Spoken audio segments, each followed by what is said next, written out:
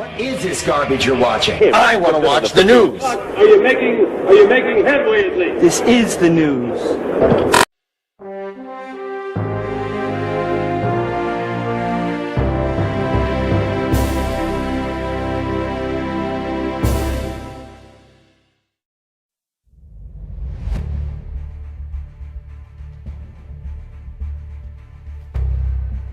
The STASI, short for the Ministerium für Staatssicherheit, or the Ministry for State Security. This organization was the dreaded, highly capable, and ever-present secret police force that peeked into the private lives of East German citizens during the Cold War. For roughly 40 years, the STASI, operating overtly, covertly, and abroad, helped foster an atmosphere of fear, distrust, and suspicion amongst the civilian population, and are generally regarded as one of the most effective espionage and repression-based groups of all time.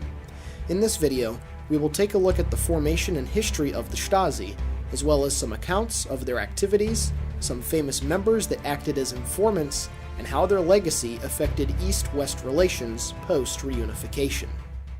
4 months after the establishment of East Germany and the taking of power by the Communist Socialist Unity Party of Germany, the STASI was founded on the 8th of February 1950 with Wilhelm Zeisse as the first minister.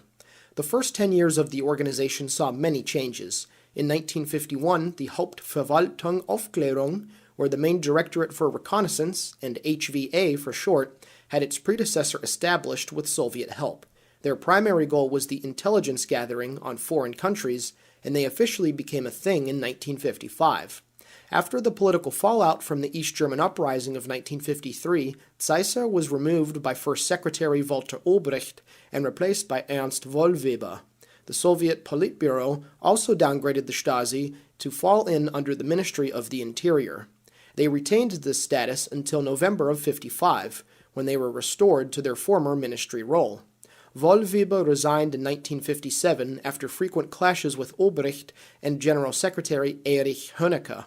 In stepped Erich Mielke, Sovietophile and a murderer of 2 policemen in 1931. He would remain the secret police chief until the end of the Cold War. Over time, the STASI became a well-organized and centralized machine. A quick summary of their organizational flowchart can best be described as having a varying number of divisions at the main headquarters, each headed by a high-ranking officer. Each division was further subdivided into 15 districts, and all districts were made up of 227 local precincts. All lines ran back to the main headquarters. Also, special location detachments were created for places of high importance, like industrial areas and government buildings. Their level of seepage into the private lives of everybody was extremely disturbing. The STASI archive website notes that, quote, they penetrated into citizens' private lives, observing them, bugging their phones, spying on them, arresting and interrogating them.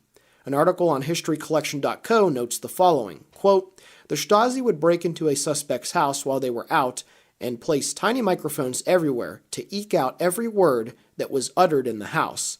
Every telephone call would be monitored too.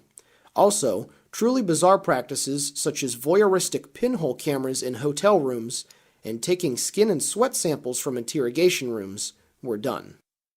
Their sinister practices reached a peak with Zersetzung, which means roughly translated decomposition.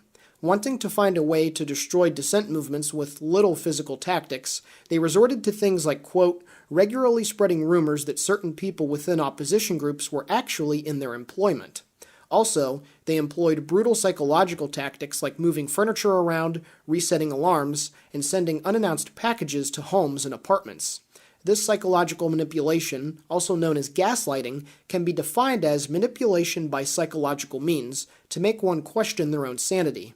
And indeed it worked, with post-reunification reports suggesting that around 10,000 were targeted in this way, with half permanently damaged.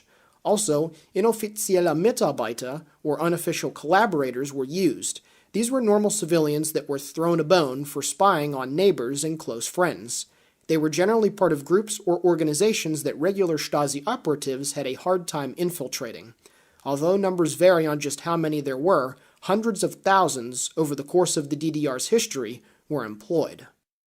As previously mentioned, the scope of their operations went outside East Germany with the HVA. Planning the means to operate clandestinely and acquire good intel on foreign leaders and countries, the Stasi were on par with the KGB in their abilities. It's estimated that roughly 4,000 were employed, with a similar number within their sphere of influence. Some high-profile Stasi agents include successful businesswoman and hotel manager Ute Felgner, deputy head of the Soviet section of the West German intelligence agency Gabriele Gast, and personal secretary to Chancellor Willy Brandt of West Germany Günther Guillaume. In regards to their international operations, the HVA was very prolific and aided secret police organizations such as those in Cuba, Mozambique, and Ethiopia. They channeled money to neo-Nazi groups in West Germany to try and destabilize their regime. They operated brothels to try and procure information out of high-ranking generals and business people. And in the most unreal example, they executed Operation Denver. This was a deliberate misinformation smear campaign to convince people that the U.S. actually created HIV/AIDS as a biological weapon. Although completely untrue, this conspiracy theory still floats around today, and millions still believe it to be true. Ultimately, the collapse of the Soviet Union saw the collapse of East Germany and the Stasi. They tried to burn sensitive files at the headquarters in Berlin shortly after the wall fell, but on January 15, 1990, a large mob of protesters overpowered the police guarding the building and stormed it to prevent files from being lost. After reunification, a new organization abbreviated the BSTU was tasked with making a decision on how to proceed with the enormous collection. They ultimately ruled that people could request to see their own files. According to The Guardian, roughly 2.75 million people between 1991 and 2011 requested access to their files. They could read and see who ratted on them and gave information. This decision would ruin marriages, friendships, and result in many people being publicly ostracized and banned from the workforce. Also, incriminating evidence could be used against ex-Stasi to try and convict them for heinous crimes. Many Stasi hunters formed to do this.